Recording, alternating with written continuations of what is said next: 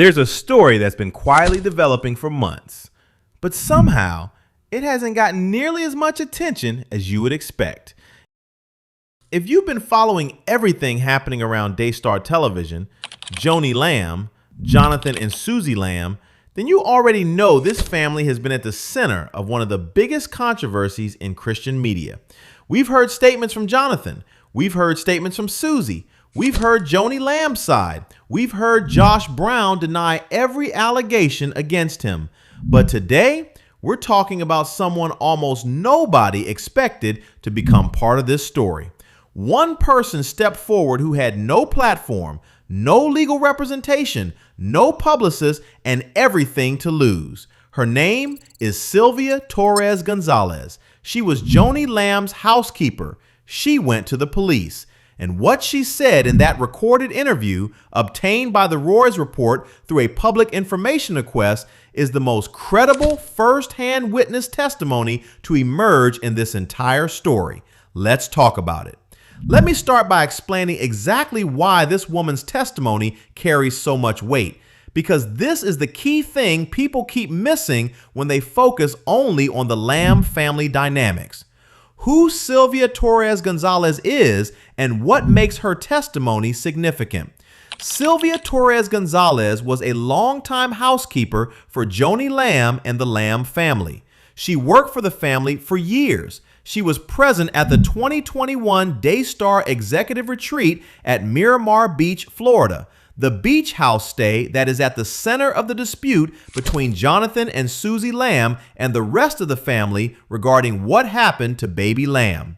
She is not a member of the Lamb family. She holds no executive position at Daystar. She was not financially dependent on the outcome of this investigation in any complex way. Her only stake was the most basic one. She might lose her job if she told the truth. She is the only person with direct first-hand witness knowledge of the 2021 beach house incident who falls entirely outside the Lamb family orbit. On February 4th, 2025, she sat across from Colleyville Police Detective Nick Garcia in a recorded interview conducted through a Spanish language interpreter. Those recordings were obtained by Jonathan Lamb via a public information request and given to the Roy's Report, which published them. The detective's own notes state, Sylvia was very concerned that Joni Lamb would fire her for speaking to me, as working for the Lamb family is her only job. Let that last part sit. Working for the Lamb family is her only job. Her income, her livelihood, everything she had to lose was on the table the moment she sat down in that interview room, and she sat down anyway. Now, let me walk through specifically what Sylvia Torres Gonzalez told Detective Garcia, because the details matter here, and I want to be precise about what she said and what she didn't say. The morning of the incident, she remembers clearly because she was, in her own words, a little bit upset. She wanted everyone to finish breakfast so she could clean up. And there was one person who hadn't finished breakfast yet, Josh Brown. Then Sam told her mother Susie she wanted to go swimming. Susie told her to go upstairs and get changed into her bathing suit. Y'all, she saw Josh Brown follow upstairs. She heard Susie scream Jonathan's name. She heard Josh come back down saying, "I'm sorry," over and over. That is the sequence, as told by the housekeeper, who had no reason to take sides, who was afraid she'd lose her job, who told it anyway. Joni Lamb's public account of this morning was that Josh followed Israel, not Lamb, upstairs because Israel had invited him to see a city view from a bedroom window, and that Josh was looking out the window with Israel when Lamb began changing in the room.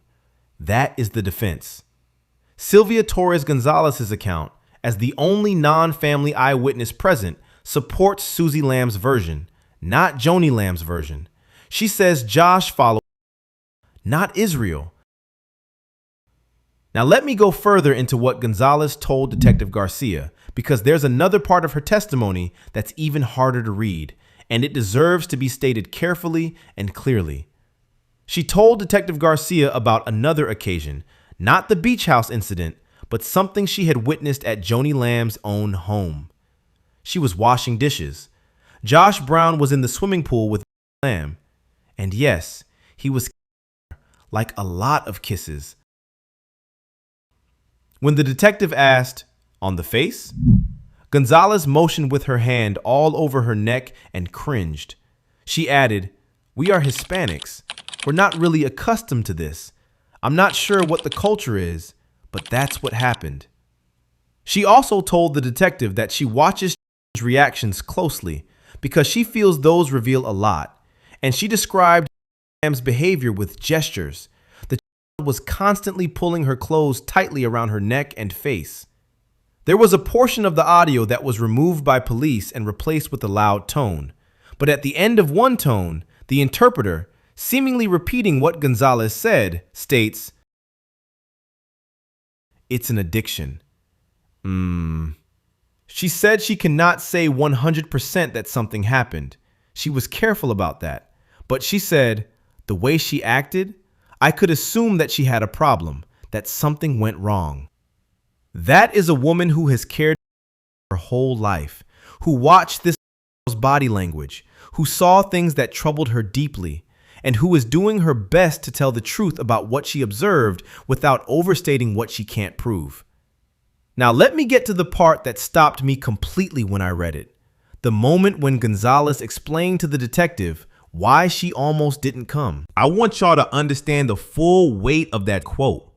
This is a woman whose only income is this family, who is afraid she will be fired, who has every practical reason in the world to stay quiet, and her husband says to her, "The truth will make you free." And she decided to believe that. She sat down across from Detective Garcia.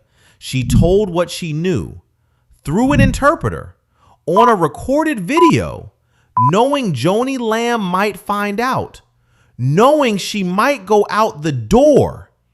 In the entire Daystar saga, the board meetings, the NDAs, the legal letters, the real estate, the corporate filings, the salary figures, no testimony carries more moral weight than this one, because every other person who has spoken in this story had either a financial stake in the outcome, a family relationship that colored their account, or a legal team behind them shaping what they said.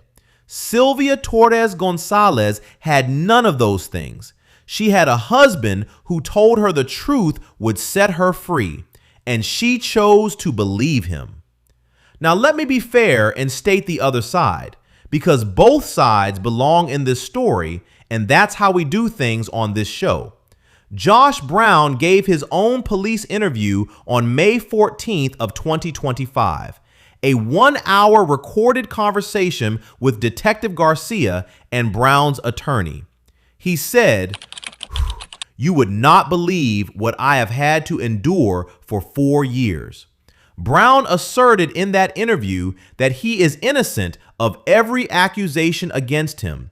He told Detective Garcia that the motive behind the accusations was Jonathan Lamb's ambition, that Jonathan fabricated the narrative because he was angry about not being named Joni's successor at Daystar. He also described receiving at least one death threat as a result of the public attention on this story, which he called a nightmare existence. Those are his words, stated on the record in a police interview. They belong here. And here is where I will say what I always say in this series. The police closed this investigation. In March 2025, after interviewing Gonzalez, the Weisses, and Brown, Colleyville police closed the case without filing charges. The department stated that Lamb had not made a formal outcry to investigators and that no evidence of a crime was obtained. That is a real fact. It deserves to be stated. Josh Brown has never been criminally charged with anything. Daystar released a statement saying the closure confirmed there was never any mishandling. Those are their words in their own statement. What is also true, and what Texas law makes clear, there is no statute of limitations on abuse charges in Texas. This case can be reopened. Susie Lamb has stated publicly that when her is ready to speak, she will, and the case will be wide open again. Now, let me close with what I believe this episode is actually about at its deepest level, because it's not about the police investigation. It's not about whether charges will ever be filed. It's about a woman named Sylvia Torres Gonzalez who cleaned a Christian media family's house for years, who had every reason to say nothing, and who chose truth over her paycheck. Luke 8:17, for there is nothing hidden that will not be disclosed, and nothing concealed that will not be known or brought out into the open. The Daystar story has moved through boardrooms and courtrooms and donor letters and Wikipedia edit wars and real estate transactions. Lawyers have written letters. NDAs have been offered and refused. The network's books have stayed closed. And through all of it, the single most credible piece of firsthand witness testimony came from the person that nobody fought to ask, the housekeeper, the woman in the background, the one who sees everything and says nothing. Until she did. We are in a time where people can be bought, where silence can be purchased with a salary or an NDA or the threat of losing your only income. And Sylvia Torres Gonzalez looked that threat in the face and sat down across from a detective anyway. The least this show can do is make sure her courage is honored, not buried under the legal statements and corporate filings of people with far more power and far fewer reasons to tell the truth.